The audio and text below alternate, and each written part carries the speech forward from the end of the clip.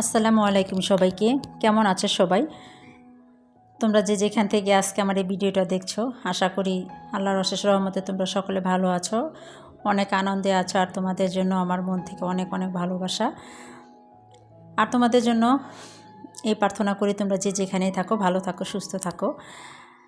আজকে আমি রাত্রে এবং সকালবেলা দুই বেলার ভিডিও নিয়ে আসছি। রাত্রে কিভাবে হলো, আমাদের গ্যাস থাকে না, এখন তো শীতের দিন চলে আসছে, প্রায় গ্যাস তো এখন থাকবেই না, অনেক জ্বালাতন করছে গ্যাস। দেখা যায় 6টা, 6:30, 7টার দিকে গ্যাসটা চলে যায়। সেই জন্য আমি রাতের বেলা কিছু কাজ করে নিচ্ছি। আমি এই সময় প্রত্যেক বছরই দেখা যায় এই শীতের সময় গ্যাস থাকে না আমাদের, আর সেই সময়টা আমি কিভাবে কাজ করি সেটা আজকে আমি দেখাবো। এই তো এখন কিন্তু সকাল 7:30 বেজে গিয়েছে, গ্যাসের পরিমাণটা অনেকটাই কমে গিয়েছে। আর উঠছি তো অনেক সকালেই, সাফিনকে পড়াচ্ছিলাম। সাফিন তো শুয়ে পড়তেছে, ওর পরীক্ষা আজকে ছিল, ধর্ম পরীক্ষা ওর। ও উঠতে আমি চলে যাব রান্না করতে, ও যেতে দিচ্ছিল না বলে একটু দেরি হয়ে গেল। যাই হোক, আমি 7:30টার দিকে নেমে চলে গেলাম চুলার কাছে।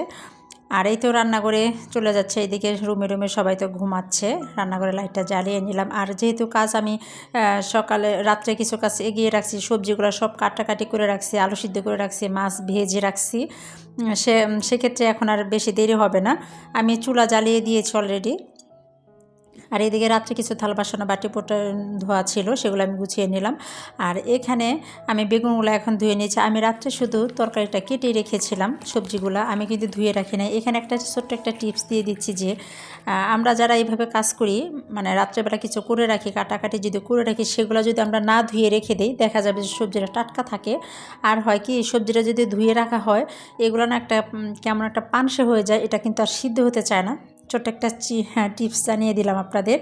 আর এই তো এখানে আমি একটু গরম পানি করে নিলাম, যাতে তরকারিতে গরম পানি দিলে তাড়াতাড়ি হয়ে যায়, যেহেতু গ্যাসের পরিমাণটাও কম। আর এইদিকে আমি তরকারিটা বসিয়ে দিব। যেহেতু মাছ আমার আগে ভাজা আছে, সেই জন্য আর মাছ ভাজাটা দেখালাম না। এখানে আমি সবজিটা একটু ভালোভাবে ভাজি করেই দিয়ে দিব। আর এখনও নাস্তার কাজ কিন্তু এখনও রেডি করি নাই। আমি দুপুরের রান্নাটা শেষ করে আমি সকালে নাস্তাটা বানাবো যদি গ্যাস পাই, আর যদি না পাই এলপি চুলায় বানিয়ে নেব। আর এদিকে আমি মসুরের ডাল দিয়ে সবজিটা বসিয়ে দিলাম, 2 চুলায় 2টা হচ্ছে। মনে মনে চিন্তা করতেছিলাম যে তাড়াতাড়ি যেন রান্নাটা শেষ করতে পারে, গ্যাসটা যেন চলে না যায়। গ্যাসের পরিমাণটা অনেকটাই কমে গেছে, তারপরেও এই তো আমি সবজিটা একটু ভালোভাবে কষিয়ে নিলাম। এখন আমি ঝোল দিয়ে দিচ্ছি। আর এই শীতের সিজনে কিন্তু আলু, বেগুন, সিম দিয়ে তরকারি রান্না করলে কিন্তু খুবই মজা হয়। আর শীতের সিজন সব কিছু, পিঠা বলেন, সবজি বলেন, তরকারি বলেন, যে যেটাই খাই না কেন, খুবই কিন্তু টেস্টি হয় শীতের সময়। এতে আমি মাছটা দিয়ে দিচ্ছি। এই পর্যায়ে কিন্তু আমি একটা কথা মনে করে দিই, এখন এই মুহূর্তে যারা আমার ভিডিওটা শুরু করলেন, তারা অবশ্যই একটা লাইক দিয়ে শুরু করবেন।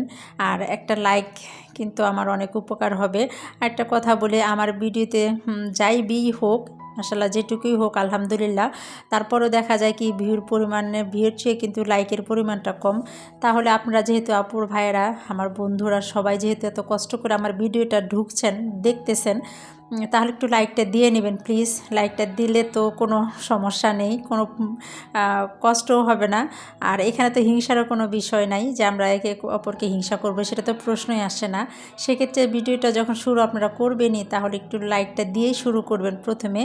আর এই তো আমার ওইদিকে রান্না শেষ, সকালে রান্না শেষ। এখন আমি সাফুনকে কী খাওয়াবো, ও আমাকে বলে দিয়েছে ওর জন্য যেন পাস্তা রান্না করে দিই, সেই জন্য আবার পাস্তা বসিয়েছি। আর পাশে চুলায় হচ্ছে রুটি বানাবো, সেই রুটির কাইটা করব, সেই পানিটা সিদ্ধ হচ্ছে।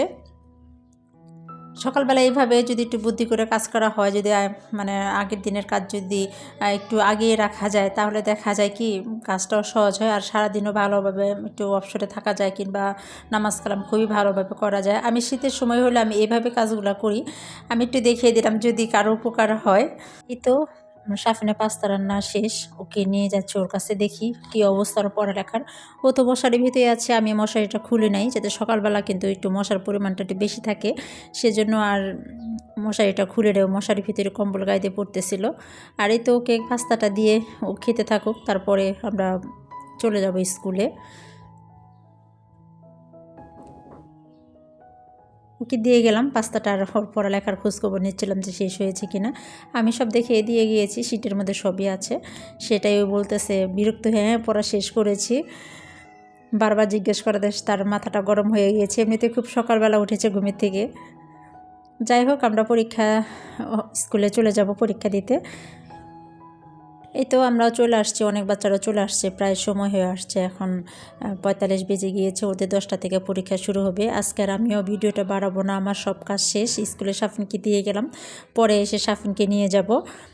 সবাই ভালো থাকবেন, সুস্থ থাকবেন, সবাই নিরাপদে থাকবেন, সবাই সবাইকে সাপোর্ট করবেন। আমরা যেন সবাই সবাইকে সাপোর্ট করি, একে অপরের পাশে দাঁড়াই, তাহলেই তো আমরা এগিয়ে যেতে পারবো। যদিও আমি কথাটা প্রত্যেক দিনে বলি, আমি আজকেও কথাটা বললাম। তাহলে আজকে এই পর্যন্তই। সাফিনও চলে যাচ্ছে, সাফিনকে বিদায় দিয়ে দিলাম। আসসালামু আলাইকুম সবাইকে, আল্লাহ হাফেজ।